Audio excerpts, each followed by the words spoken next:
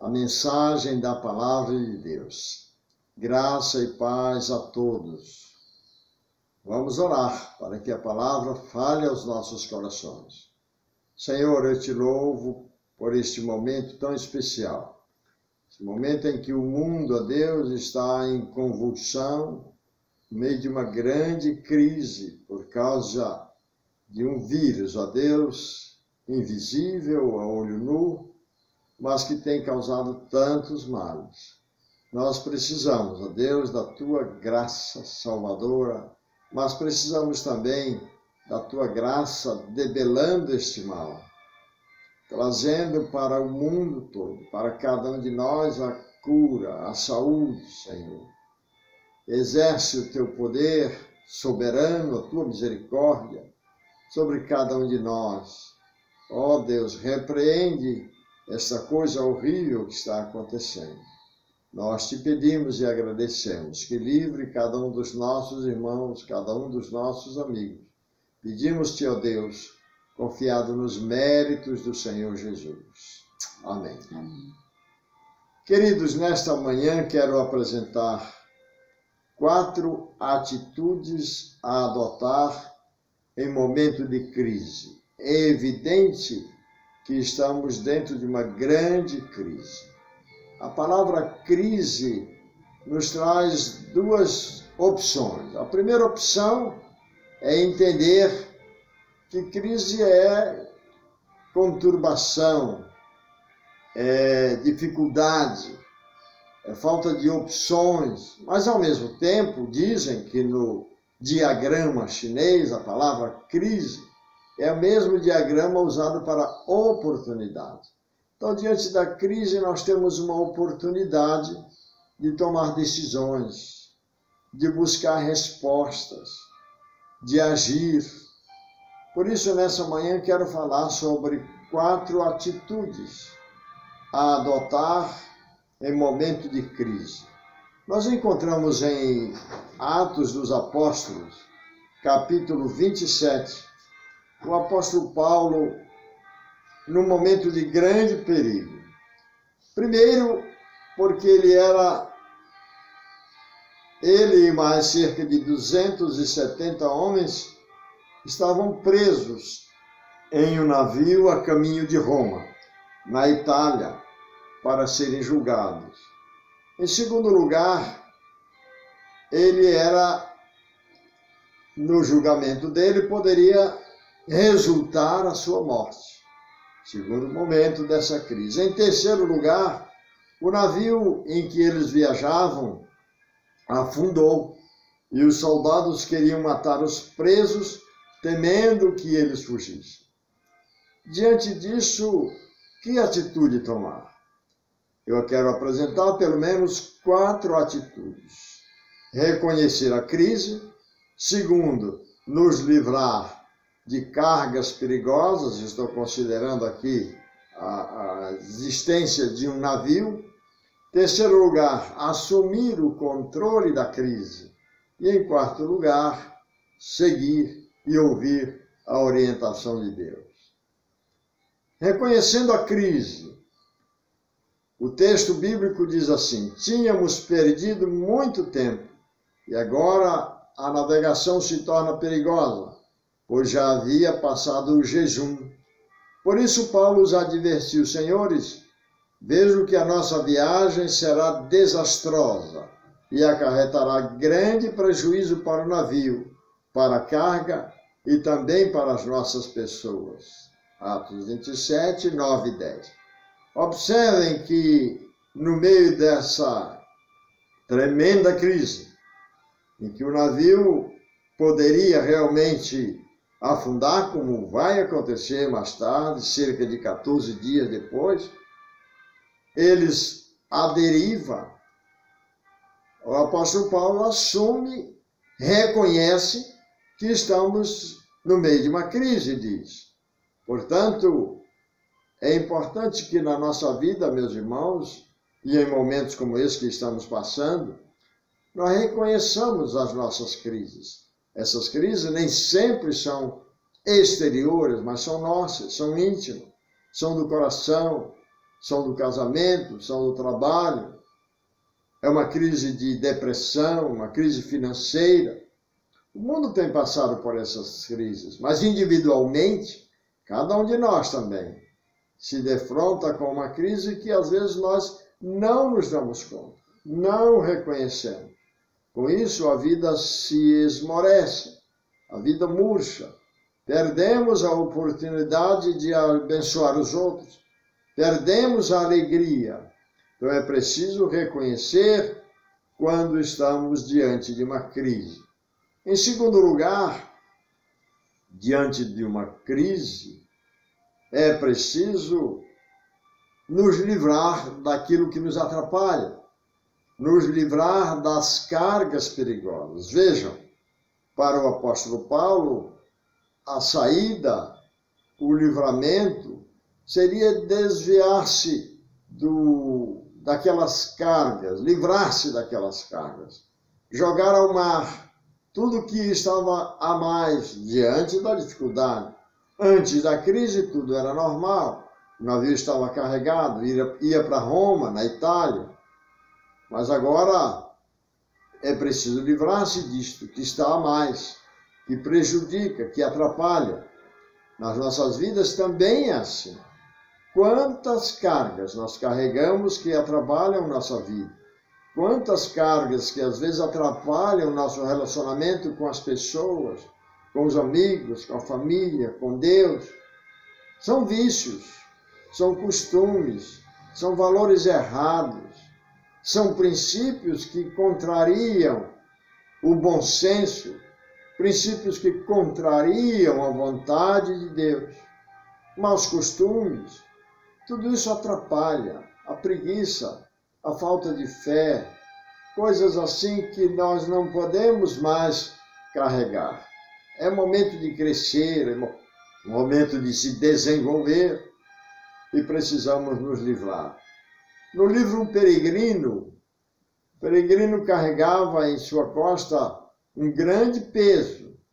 Ao se deparar com a cruz de Jesus, aquele peregrino deixou para trás o peso, para caminhar com celeridade, para caminhar com alegria, para caminhar sendo bênçãos. É preciso deixar aquilo que nos atrapalha. O livro de Hebreus, no capítulo 12, o verso 1, nos aconselha, portanto, também nós, uma vez que estamos rodeados por tão grande nuvens de testemunha, livremo-nos de tudo o que atrapalha, que nos atrapalha, e do pecado que nos envolve, e corramos com perseverança a carreira que nos está proposta. Vejamos, para caminhar, para correr com celeridade, é preciso nos livrar do mal, é preciso nos livrar do pecado. O pecado atrapalha a nossa relação com Deus. O pecado atrapalha a nossa relação com as pessoas. O pecado atrapalha a nossa relação com a natureza. Nós causamos males até à natureza por causa do pecado. Então é preciso, no segundo momento, diante de uma crise, nos livrarmos de cargas perigosas. Em terceiro lugar, o apóstolo Paulo assume o controle da crise. Vejam, ele não era o comandante do navio, ele era um preso como os demais, ainda que o centurião que estava no navio e queria livrar o apóstolo Paulo, a Bíblia nos informa isso, mas ele era um preso. Mesmo assim, ele reconhece o seu lugar como homem de Deus e assume o controle da crise. O texto nos diz assim: visto que os homens tinham passado muito tempo sem comer, Paulo levantou-se diante deles e disse: os senhores deveriam ter aceitado o meu conselho e não partir de Creta, da ilha onde eles estiveram, pois assim teriam evitado este dano e prejuízo. Mas agora recomendo-lhes que tenham coragem, pois nenhum de vocês perderá a vida, apenas o navio será destruído. São os versos 21 e 22. O apóstolo Paulo, diante da crise, não se omitiu, não se encolheu, não foi nos cantos chorar, mas ao contrário, ele entende e reconhece e repreende até os líderes, comandantes, soldados, todo mundo sofre dele. Além de uma repreensão, os senhores deveriam ter me ouvido, mas ao mesmo tempo ele parte para a ação. Agora recomendo-lhes que tenham coragem. No momento da crise é preciso estar inteiro, é preciso estar equilibrado, senão ela nos derrota, ela nos afunda. Então o apóstolo Paulo assume. É preciso que nos momentos difíceis da vida nós assumamos uma atitude de ousadia, uma atitude de coragem, uma atitude em que nós possamos ver lá adiante, confiando em Deus, saber que Ele cuida de nós. A Bíblia diz que Ele tem cuidado de nós. Por isso, é preciso assumir o controle da situação para que ela não nos derrote, para que ela não nos oprima. Em quarto e último lugar, é preciso ouvir a voz de Deus. Aí há uma diferença muito grande entre aqueles que confiam no Senhor, que têm a Jesus como seu Salvador, e aqueles que ainda não têm. Eu digo que ainda não têm porque podem ter. Jesus convida para que confiem nele. Vinde a mim, todos vós, que estáis cansados e sobrecarregados, ou oprimidos, e eu vos aliviarei. Então Jesus quer nos aliviar. Ele quer assumir o comando da nossa vida. Por isso, precisamos ouvir a voz de Deus. O apóstolo Paulo ouviu a voz de Deus, e ele diz assim: pois ontem à noite apareceu-me um anjo de Deus, do Deus a quem pertenço e a quem adoro, dizendo-me: Paulo, não tenha medo, é preciso que você compareça perante César.